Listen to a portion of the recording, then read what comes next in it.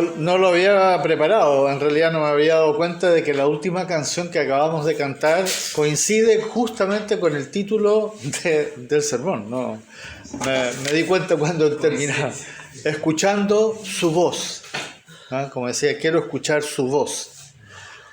Hoy día el Señor nos quiere llevar a un texto que es muy conocido, pero lo vamos a abrir, lo vamos a cotejar con otro texto con el cual está relacionado. Segunda de Timoteo 3, 16 y 17. Ustedes ven ahí lo que dice. Toda la Escritura es inspirada por Dios y útil para enseñar, para redarguir, para corregir, para instruir en justicia, a fin de que el hombre de Dios sea perfecto, enteramente preparado para toda buena obra. Oremos, amados hermanos. Amantísimo y glorioso Padre que estás en los cielos, ante tu gloriosa presencia nos encontramos en esta mañana. Con profundo agradecimiento queremos ahora abrir tu palabra y pedirte, Padre, en el nombre de Jesús, que tu Santo Espíritu sea obrando en cada uno de nosotros para la gloria y la honra de tu santo nombre. Oramos en el nombre de Jesús. Amén. Amén. Hoy vamos a oír lo que nuestro Señor nos dice sobre el escuchar su voz. Para eso, para entender correctamente esto de escuchar su voz, necesitamos primero entender esto que acabamos de leer. Toda la Escritura es inspirada por Dios y útil para enseñar, para redarguir, para corregir, para instruir en justicia, a fin de que el hombre de Dios sea perfecto, enteramente preparado para toda buena obra. Amados, si hay una verdad que debemos atesorar, que debemos valorar realmente con toda nuestra alma, entendimiento, nuestra mente, es esta. Esta verdad que nos dice el Señor acá en su palabra. Y como ustedes pueden ver ahí en su Biblia, comienza esta afirmación categórica. Esto es una afirmación categórica. Es cuando el Señor dijo, yo soy la verdad. Esa es una afirmación categórica. No se puede debatir, no se puede interpretar. Esto que dice el Señor acá es categórico, absoluto. Toda la Escritura es inspirada por Dios. Amén. Ahí no hay nada más que discutir. Nadie puede venir entonces a decir, no, es que saben que lo que Pablo dijo, o no, Mateo dijo esto, o Jonás, o no. Toda la Escritura es inspirada por Dios, categórico, absoluto. Y esto no es algo que nosotros creemos, sino que es lo que Dios está diciendo. Obviamente nosotros le creemos a Dios, pero no es algo que se nos ocurrió a nosotros aquí en esta iglesia, o a los bautistas, o a los evangélicos. Es lo que Dios dice. Toda la Escritura, no una parte o casi todo lo que está escrito, sino todo lo que está escrito es inspirado por Dios. Categórico, todo. La palabra inspirado en griego se traduce en realidad literalmente insuflado. Insuflado. Una palabra que no se usa en español, pero ¿qué significa insuflar?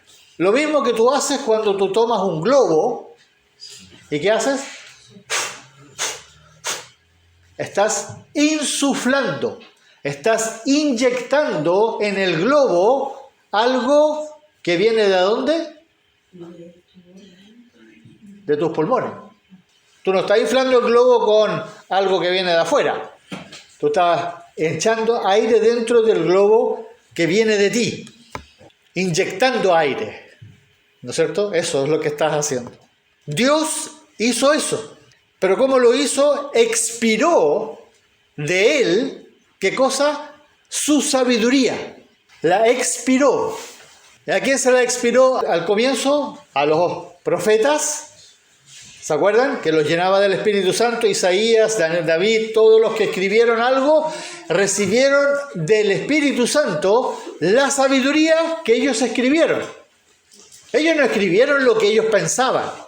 Ahora ellos estaban de acuerdo con lo que estaban escribiendo, pero muchas de las cosas que ellos escribieron, ellos mismos no lo entendieron. Y lo leían de nuevo y no sabían a qué se refería el Señor. Y quedó un misterio y después se entendió. Entonces Él expiró su sabiduría hacia los profetas, los apóstoles, los escritores de la Biblia. ¿Y qué hizo? Los llenó con su sabiduría. Así como nosotros cuando echamos el aire al globo, ¿con qué llenamos el globo? Con aire, nuestro aire, el aire que sale de nuestros pulmones. Hoy tenemos en nuestras manos algo tan sublime y maravilloso que en realidad nosotros no nos es posible comprenderlo completamente. ¿Hay alguien que a ti te ha pasado alguna vez que tú tienes la Biblia y la estás leyendo y dices, oh Señor, esto es demasiado, oh, no lo puedo creer? No te pasa. Te maravillas de las verdades, el Espíritu te ayuda, pero no es algo que tú te levantas en la mañana y lo primero que quieres hacer, quieres leer la palabra y escuchar la voz de Dios. No nos pasa. Entonces, amados hermanos, es importante que entendamos que lo que tenemos delante de nosotros es la palabra de Dios. Todos ustedes lo han dicho varias veces, lo saben y incluso se lo han dicho a otras personas. Es la palabra de Dios. Pero no somos capaces de entender lo tremendo que significa que tenemos la palabra de Dios en nuestras manos. Es algo tan poderoso, tan sublime, que sobrepasa todo entendimiento. Las Escrituras, amados hermanos, son perfectas. Y aunque las estudiemos, aunque nosotros podamos debatir sobre las cosas, nunca vamos a poder cambiar algo. A pesar de ¿cuál es el error que han hecho los traductores de la Biblia? Que para hacerla más fácil de entender, cambian de repente una palabra. No es que cambien el sentido de la frase, sino que cambian una palabra para que sea más fácil de entender. Y en eso se han producido muchas traducciones que son más fáciles de entender, pero son menos serias. Entonces cuando uno le da, imagínense ustedes le dan instrucciones al hijo. Y le dice, mijito, ¿sabes? No juegue con el cuchillo. ¿Sirve de algo? ¿Qué va a entender el niño? Pero tú le dices al niño, cuidado con ese cuchillo. Ese cuchillo te puede cortar la mano. Ahí el niño entiende. Bueno, eso es lo que pasa cuando las traducciones son modificadas para que sean, entre comillas, más fácil de entender. Son menos cortantes, como dice justamente en Hebreos. La palabra es cortante, como una espada de dos filos, que penetra hasta lo más profundo. Pero hoy día son meramente cuchillos de mantequilla. Biblias que no penetran, no llegan al fondo. Y la palabra debe tener ese propósito. No habrá ningún erudito, ningún sabio que pueda complementar lo que está escrito, hermanos. No hay sabiduría humana que pueda mejorar lo que ya está escrito. Y por eso no es necesario estudiar ningún otro escrito, ningún otro. Lo que tú y yo necesitamos estudiar seriamente es la palabra de nuestro Señor Jesucristo. Lo demás te puede ayudar, bien, busca. Yo trabajo con muchos diccionarios bíblicos, comentarios, etcétera, de hombres que ya murieron hace muchos años, como hombres que están presentes, escucho sermones, para poder entender lo que está escrito. Eso está bien, pero para entender lo que está escrito, no para entender lo que el otro dijo, o el libro sobre tal cosa, o el libro sobre esta otra cosa. Como lamentablemente pasa en muchas iglesias que hacen estudios con muy buenas intenciones, hermano. Yo no estoy hablando de que lo hacen con mala intención, no. Pero hacen estudios bíblicos donde la Biblia la usan de apoyo. ¿Y qué es lo que usan? Un libro que fue escrito por un hombre cristiano, creyente, de sana doctrina, pero usan ese libro como guía en el estudio. Yo hice muchos de esos estudios antes de entender que era un craso error hacer discipulados con libros de un tercero. Habría sido completamente distinto que me hubieran dicho, hermano, venga, traiga su Biblia. Y vamos a leer en la Biblia. Use el libro de este hombre, de este otro pastor, de este teólogo, úselo, está bien, hágalo. Pero lea la Biblia, estudie la Biblia y pregunte a la Biblia. Y deje que la Biblia responda las preguntas. Si no las puede responder, entonces veamos qué dicen los teólogos. No hay que buscar explicaciones fuera de la palabra de nuestro Señor. ¿Por qué? Porque dice claramente aquí en el texto que acabamos de ver que toda la Escritura es inspirada por Dios. No hay otro ser que siquiera se acerque en alguna forma, en lo más mínimo, a nuestro Dios. ¿Para qué le vamos a preguntar a un hombre? ¿Por qué no le preguntamos a Él? Pero esta escritura que nosotros tenemos con nosotros, estos 66 libros de la Biblia, que son 36 del Antiguo Testamento, 39 del Antiguo Testamento y 27 del Nuevo, fueron escogidos con pinzas por Dios. A veces se nos olvida, porque no lo sabemos, de que la Biblia que tenemos hoy día fue más o menos compuesta en el año 325 en adelante después de Cristo. Sin embargo, la mayoría de los libros del Nuevo Testamento fueron escritos antes del año 65. Pero recién se compiló el canon bíblico completo que tenemos hoy día en el año 325. De ahí en adelante. En varios concilios se ordenó y se decidió qué es esto. Y contiene solamente lo que es necesario. Habían muchos escritos de los mismos autores que fueron usados para escribir esto. Pablo escribió muchos más, Pedro escribió muchos más, Juan probablemente también escribió muchos más. Y se han encontrado documentos de ellos en otras partes, pero que no están en la Biblia. Dios usó solo estos.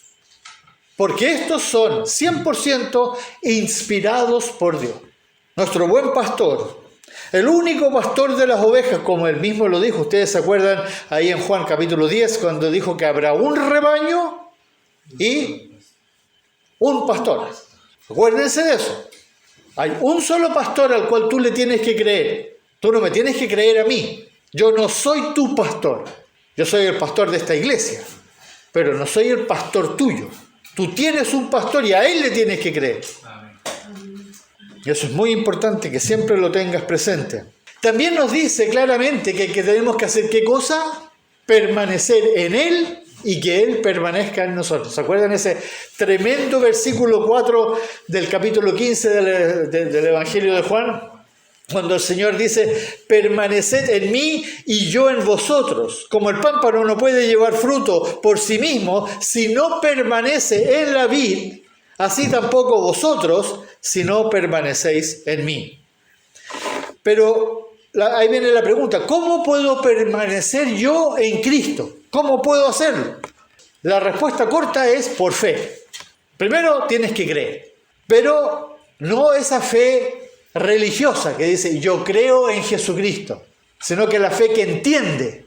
Ahí está la diferencia, la fe que entiende, la que está unida a Él. Por eso, si queremos permanecer en Jesucristo, necesitamos permanecer ¿dónde? ¿En qué? ¿Dónde está el Señor? Yo quiero permanecer en Él. ¿Dónde está? El único lugar donde yo me voy a encontrar con Cristo es acá. No es aquí en la iglesia, no en el estudio bíblico, no, aquí, en la palabra. No en un libro escrito por hombre, o por mí, no, acá. Aquí te vas a encontrar con el Señor Jesucristo. Si tú no lees la palabra, si tú no estudias la palabra, si tú no escuchas el sermón de la palabra, entonces no estás permaneciendo en Jesucristo. Y si permanecemos en Él, como lo dice el Señor también, nosotros entonces a través de Pedro dice que vamos a crecer en el conocimiento de nuestro Señor y Salvador Jesucristo. Vamos a crecer en el conocimiento. Mientras más crecemos en el conocimiento de nuestro Señor Jesucristo, ¿qué va a pasar? Más firmemente vamos a permanecer en Él. La única forma en que yo puedo entonces conocer a Jesucristo es escuchándole, hablando con Él, acá. en la palabra. Pero no solamente vamos a lograr permanecer en Él, vamos a llevar fruto. Recuerden que esa es la progresión. Lo primero es ir a la palabra, conocer a Jesucristo. Luego es permanecer en Él. Luego es llevar fruto. Pero no solamente llevaremos fruto, sino que se va a cumplir lo segundo que dice en este versículo que acabamos de leer en el versículo 16 de segunda de Timoteo. Se va a cumplir lo segundo. Va a pasar exactamente lo que nos dice acá. Pero antes de eso quiero ver esto. Cuando el Señor hablaba de que nosotros permanecemos en Él, que dijo que Él va a hacer, Él va a permanecer en nosotros. Él va a permanecer en nosotros. En el versículo 4 del capítulo 15 dice, si vosotros permaneciereis en mí, yo permaneceré y yo en ustedes. El permanecer en nosotros. Su palabra va a permanecer en nosotros por medio de su Espíritu. Como consecuencia, amados en el Señor, seremos cada vez más perfectos. Más perfectos, eso significa más completos. Y entonces se va a producir justamente lo que se dice acá, volviendo a segunda de Timoteo, en el capítulo 3, versículo 16, ¿qué va a pasar? Cuando, para que seamos completados, para que seamos perfectos, como dice ahí, vamos a tener que ser enseñados, redarguidos, corregidos e instruidos en justicia por nuestro Señor, por su palabra, por medio del Espíritu Santo. No sé si se fijaron cómo funciona esto. Veamos cómo esto funciona. Una cosa lleva a la otra. Dios inspiró su palabra a los escritores de la Biblia. Esta palabra ahora tiene que entrar en ti, en mí. El Señor inspiró a los apóstoles, escribieron, y ahora esta palabra tiene que entrar en ti. Para que eso pase tienes que leerla, estudiarla, oírla, pero no por obligación. Aquí viene un pequeño detalle que a veces se nos olvida. No tiene que ser ni por obligación ni por cumplir. Tú tienes que desearla, realmente desearla ardientemente, con fervor. Yo incluso lo digo a veces casi desesperadamente. Porque de otra manera vas a sentarte leyendo la Biblia con el celular delante tuyo. Y vas a leer y vas a mirar el celular, o vas a leer y vas a estar pensando qué tengo que preparar para el almuerzo. ¿Me entienden? Vas a estar distraído con tu mente. Pero en cambio, cuando tú vas a la palabra y verdaderamente estás deseando escuchar bien el Espíritu que está en ti, ¿qué va a hacer? Te va a hablar. Y vas a entender, aunque sea poco lo que leas, pero te dispusiste en ese momento a escucharle solamente a Él y olvidarte de todo lo que está a tu alrededor. Y ahí viene algo importante. Una vez que tú lo deseas y lo lees, no solo tienes que decir, ahora entiendo, sino que tienes que verdaderamente creerle. Y ahí es donde muchos cristianos están fallando. Lee la palabra, te pueden decir 1000 versículos de memoria, se acuerdan perfectamente de lo que dice la palabra, pero no le están creyendo. Y creerle al Señor es obedecerle. Amén. Yo no puedo decir yo creo a mi Señor Jesucristo, pero después no guardo los mandamientos. Y se me olvidan los mandamientos. Hagan el ejercicio, siéntense en la casa con harta calma, tómense un ratito y empiecen a anotar mandamientos. Todos los mandamientos que ustedes se puedan acordar que han leído. Háganlo, empiecen, tómense 2 días, 3 días, lo que sea, una semana, pero vayan anotándolo, hagan el ejercicio una vez. Y se van a sorprender, se van a ir acordando, el Espíritu les va a ir acordando y vean cuántos llegan a poder anotar. Nosotros una vez hicimos el ejercicio acá en esta iglesia donde anotamos todos los nombres de nuestro Señor Jesucristo. ¿Quién se acuerda a cuántos llegamos? Llegamos a más de 325 nombres. Imagínense. Nos sorprendimos nosotros mismos. Nosotros mismos nos sorprendimos porque llegamos, los primeros 100 fueron más o menos fáciles. Pero después nos fuimos dando cuenta de que el Señor es mencionado casi más de 300 formas en su palabra. Anoten los mandamientos y se van a sorprender cuántos van a encontrar. Después al final, si ustedes los resumen, porque algunos se parecen, algunos dicen lo mismo de forma distinta, pero si ustedes los resumen van a llegar a los 70 mandamientos que hemos hablado muchas veces en la palabra. Por lo tanto, ¿qué te va a pasar cuando tú llegues a la palabra y la escuches bien? Va a pasar algo en ti que es sorprendente. Vas a tener una crisis de fe. Y uno dice, pero pues si yo creo en mi Señor, yo le creo todo lo que Él dice, yo no voy a tener... No, vas a tener una crisis de fe. La tuvieron sus apóstoles. Todos sus apóstoles tuvieron la crisis de fe. Pedro lo negó. Esa crisis es inevitable. ¿Por qué? Porque vas a ser redarguido. Esa palabra ya no se usa. ¿Ya? Vas a ser redarguido. ¿Y por qué vas a ser redarguido? Porque el Señor quiere corregirte. Quiere que tú hagas las cosas de la forma que Él lo dice, no como tú lo entiendes. ¿Y cuál es el resultado de esta crisis de fe? Vas a ser instruido en justicia. Y esto es, hermanos, lo que importa, a lo que el Señor nos quiere llevar a su justicia, porque nosotros no tenemos justicia, nosotros no somos justos. Comenzarás a ser justo, hermano. Esto es algo insólito. La palabra dice que no hay justo ni siquiera uno, pero sin embargo los hijos de Dios sí pueden llegar a ser justos. ¿Cuál fue el ejemplo más claro en la Biblia? ¿A quién declaró Dios justo? A Job. ¿Se acuerdan cuando él le dijo a Satanás? ¿Has visto a mi siervo justo? ¿Que no hay otro como él? Bueno, el que le cree en obediencia al Señor, lo que el Señor dice en su palabra, es declarado justo. Ser justo es algo totalmente imposible para el ser humano, pero para nuestro Padre que está en los cielos es absolutamente posible. Si tú permaneces en la palabra de tu Señor, Él va a permanecer en ti y su Espíritu, que es la forma en que Él permanece en nosotros, va a obrar en ti de acuerdo a lo que está escrito. El Espíritu nunca va a hacer nada que no está escrito. Por eso todos los que dicen, el Espíritu del Señor me ha hablado, el Espíritu del Señor me ha mostrado, y me empiezan a hablar de cosas del Espíritu. Ahora, si alguien te dice, el Espíritu me recordó lo que está escrito, amén. Ese está hablando la verdad, porque está hablando lo que está escrito.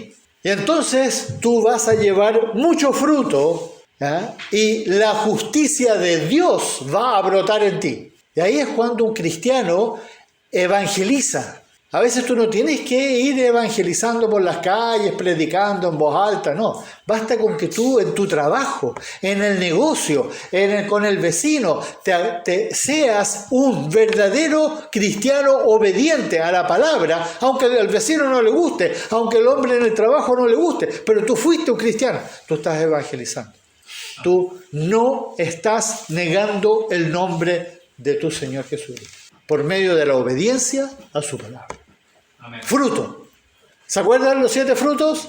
Fruto de arrepentimiento, fruto de alabanza, fruto del Espíritu, justicia, de labios, fruto de ofrenda, de arrepentimiento, un importante conocimiento de nuestro Señor Jesucristo. Eso, amados hermanos, eso es ser perfectos. Cualquier cristiano puede ser perfecto.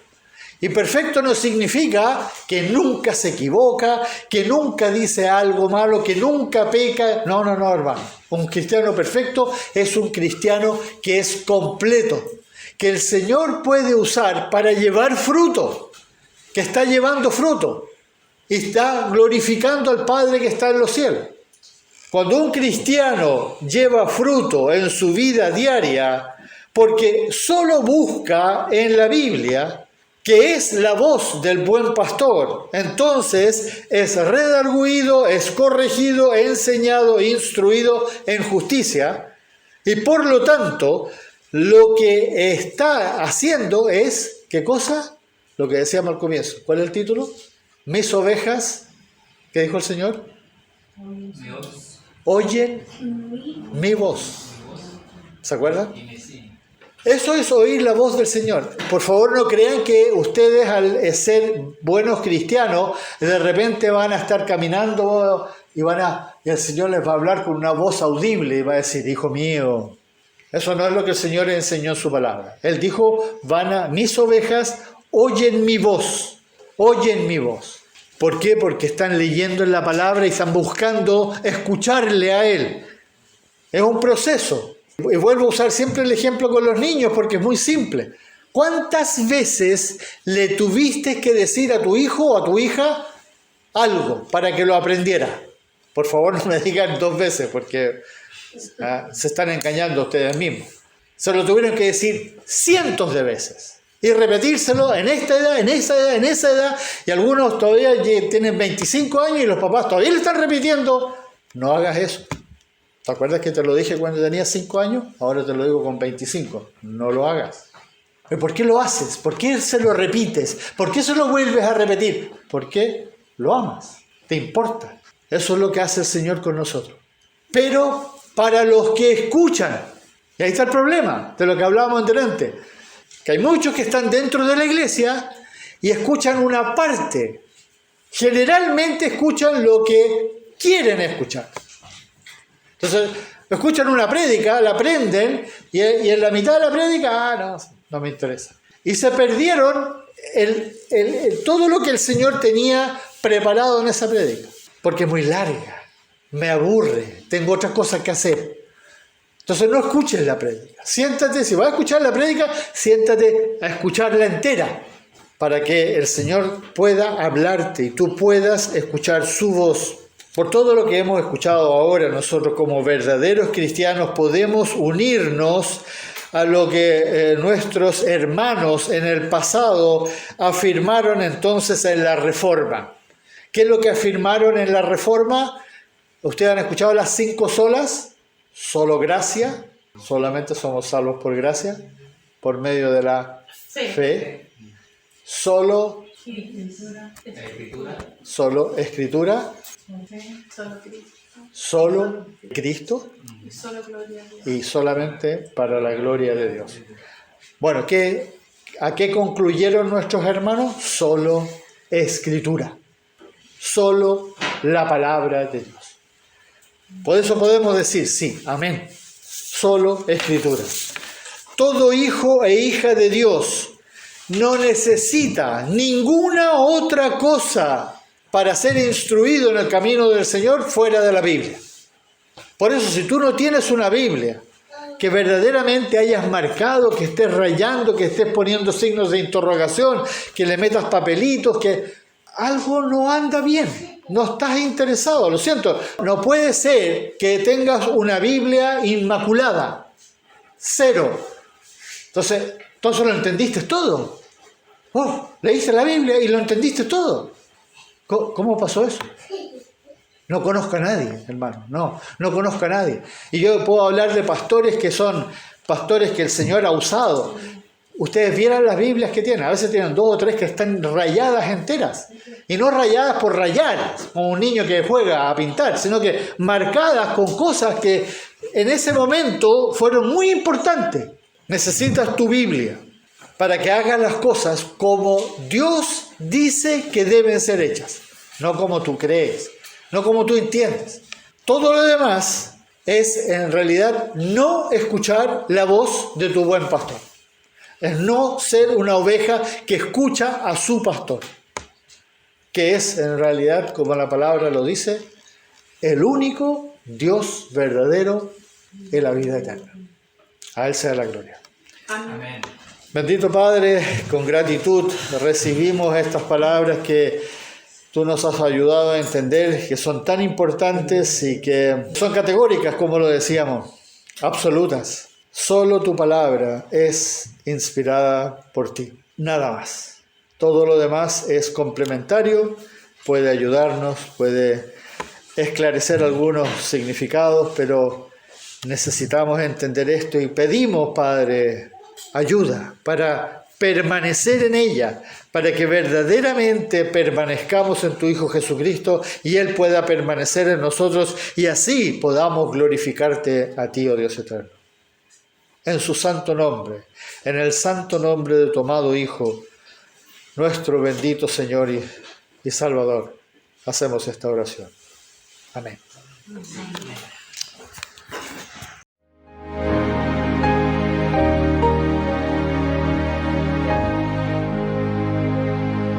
A solas al huerto yo voy, cuando duerme aún la floresta,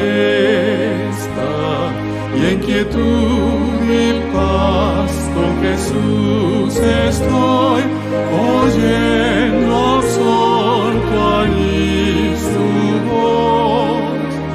Él conmigo está, puedo oír su voz, y me dice que suyo soy, y el encanto que hallo en él allí, con nadie podré tener. Tan dulce es la voz del Señor, que las aves guardan silencio, y tan solo se oye esa voz de amor